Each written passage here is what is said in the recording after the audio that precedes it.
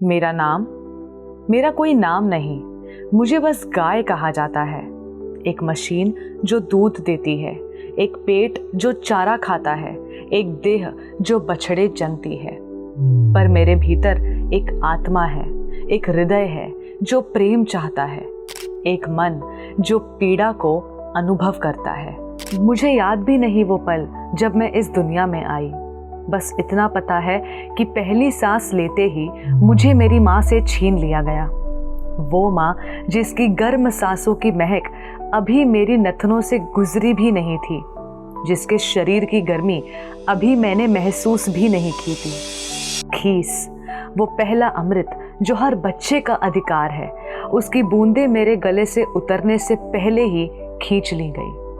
मेरी माँ बिलखती रही, मैं छटपटाती रही, पर हम दोनों को एक पतली सी रस्सी ने बांध रखा था। मैं अपनी माँ को देखती थी, वो मुझे देखती थी, और हमारी आंखों से बहते आंसू शायद सिर्फ हम ही समझ पाते थे। आदमी आते, उनके हाथों में बाल्टियां होती और वे मेरी माँ का दूध जो मेरे लिए था पल भर में चुरा ले जाते। मेरी माँ उम्मीद पाले दूध देती रही कि शायद कभी मैं उसे पी पाऊंगी, पर हर दिन मेरी आशाएं बाल्टी में सिमट जाती थी। भूख से बेहाल होकर मैंने वो रूखा सूखा खाया जो वे मुझे देते थे, क्योंकि मेरे पास कोई विकल्प नहीं था। माँ की एक चाट, एक स्पर्श के लिए मैं तरसती रही। बहुत जल्द मुझे माँ से स्थायी रूप से अलग कर दिया गया। मेरी दुनिया अब एक खूंटा और एक छोटी सी जगह थी। ज्यादातर समय मैं बंधी ही रहती। आजाद घूमने का सुख, हरी घास पर दौड़ने का आनंद, सूरज की रोशनी में शरीर सेकने की आजादी, ये सब मेरे लिए सिर्फ एक सपना था। मैं उन भाग्यशाली गायों को देखती थी जो खेतों में चरती थी, और मेरा मन एक गहरी आह के साथ भर जाता था।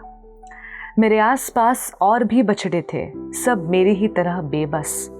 हम सबको एक ही जगह पर ठूंस दिया जाता था, जहां हम खाते थे और वही मल मूत्र त्याग करते थे। गंदगी, मक्खियां और बदबू, ये हमारी नियति थी। जल्द ही मेरे नर भाई एक एक करके गायब होने लगे। उन्हें कहाँ ले जाया गया मुझे नहीं पता, पर उनके दर्द भरे रंभाने की आवाज आज भी मेरे कानों में गूंजती है। बहुत कम उम्र में ही, जब मैं ठीक से बड़ी भी नहीं हुई थी, उन आदमियों ने मेरे शरीर के साथ क्रूरता की।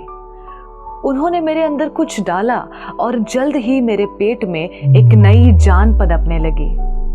काश ये प्यार का फल होता, किसी बैल के साथ मेरे मिलन का परिणाम होता, पर ये तो बस एक जबरदस्ती थी, मेरी देह का दुरुपयोग। फिर भी मेरे भीतर एक अजीब सा उत्साह जगा। मैं मां बनने वाली थी। मुझे लगा शायद अब मैं अपनी ममता का इजहार कर पाऊंगी, अपने बच्चे को प्यार कर पाऊंगी, उसे दूध पिला पाऊंगी। पर मेरी खुशी क्षणभंगुर थी।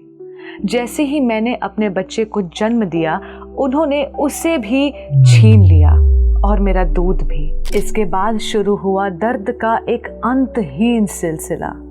बड़ी बड़ी मशीनें मेरे थनों से चिपका दी जाती, इतनी जोर से चूसती कि मेरे स्तन और निप्पल दुखने लगते और कभी कभी खून भी निकलने लगता।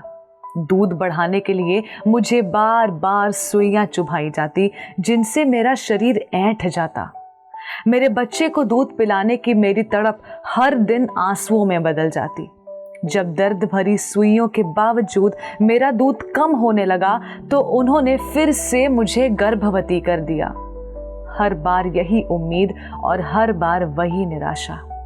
अगली बार जब मेरा बच्चा हुआ, तो उसे भी छीन लिया गया और मार डाला गया, क्योंकि वो एक बछड़ा था, उनके किसी काम का नहीं था। मैं दिन रात रोई, पर इससे उन आदमियों को कोई फर्क नहीं पड़ा। उनकी नजरें सिर्फ मेरे थनों पर थी, दूध पर। मैं उनके लिए एक दूध बनाने वाली मशीन थी, एक जीवित प्राणी नहीं। कई गर्भधारण और लगातार दूध निकालने से मेरा शरीर कमजोर पड़ने लगा। मेरे थनों में अब पहले जैसा दूध नहीं उतरता था। जल्द ही उन आदमियों को समझ आ गया कि मुझे गर्भवती करने का अब कोई फायदा नहीं। मुझे लगा शायद अब इन लालची हाथों से मुक्ति मिलेगी और मैं अपने अंतिम वर्ष शांति से बिता पाऊंगी। पर नहीं, एक दिन एक नया आदमी आया। उसने कई अन्य बूढ़ी और कमजोर गायों के साथ एक ट्रक में ठूस दिया। हम सब एक दूसरे पर गिरते पड़ते रहे और रात भर एक लंबी भयानक यात्रा पर चल पड़े। यात्रा इतनी क्रूर थी कि एक गाय सदमे से वहीं दम तोड़ गई और कुछ को गंभीर चोटें आईं। जब हम उतरे तो हम सब थककर चूर हो चुके थे। हमें कुछ सूखा चारा दिया गया, शायद जिंदा रखने के लिए उस अंतिम पड़ाव तक। पर मैंने जल्द ही समझ लिया कि ये अंत है। एक एक करके गायों को मेरे सामने ले जाया गया। मैं आदमियों की चिल्लाहट सुन सकती थी, उनकी गर्दन पर वार करने की आवाज, गायों का दर्द भरा रंभाना और फिर खामोशी। जल्द ही मेरी बारी आई। मुझे एक दिशा में खड़ा कर दिया गया, हिलने में असमर्थ। मैंने उस आदमी के हाथ में कसाई की चमकती छुरी देखी। उसने कुछ चिल्लाया और इससे पहले कि वो छुरी मेरी गर्दन पर पड़ती, मेरे हृदय में बस एक प्रार्थना थी, हे प्रभु, उन लोगों को क्षमा करना जिन्होंने मेरा दूध खरीदा, क्योंकि वे नहीं जानते कि इस दूध के पीछे कितनी पीड़ा और कितना अन्याय छिपा है। और फिर सब कुछ अंधकार में समा गया।